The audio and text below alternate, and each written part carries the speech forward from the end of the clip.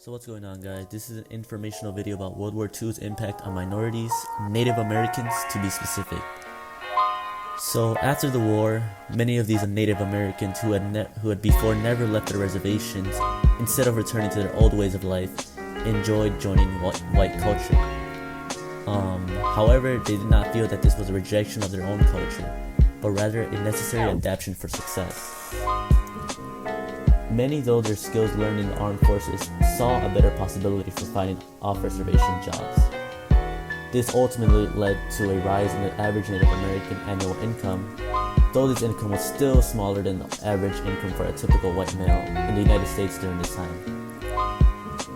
They also received the usual veteran benefits such as weekly unemployment checks, the GI Bill benefits, lower mortgages, and free educational opportunities.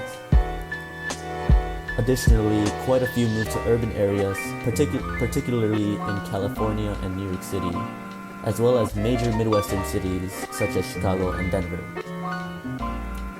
Some thrived while others suffered from the typical aftermath of war, including homelessness and post-traumatic stress disorder, aka PTSD. After the war, some of the returning code talkers stayed in their home communities and farmed, ranched, and fished, and did whatever kinds of work they could find. Others had to move to larger urban areas where jobs were more plentiful, as I mentioned before. Also, many veterans took advantage of the Servicemen's Readjustment Act of 1944 to go to college or get vocational training. The code talkers accomplished many things during their post-war lives. Some became leaders in their communities and participated in the tribal government.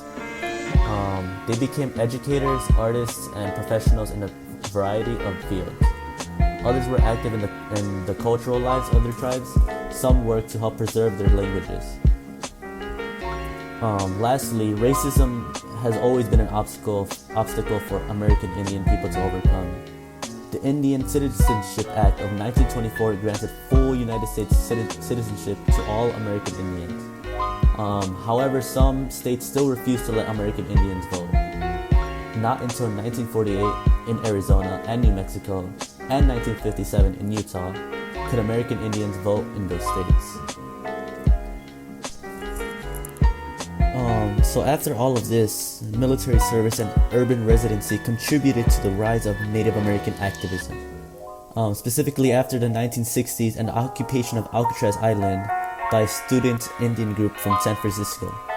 In the same period, the American Indian Movement, aka called AIM, was founded in Minneapolis, and chapters were established throughout the country where Native Americans combined spiritual and political activism. Political protests gained national media attention and the sympathy of the American public.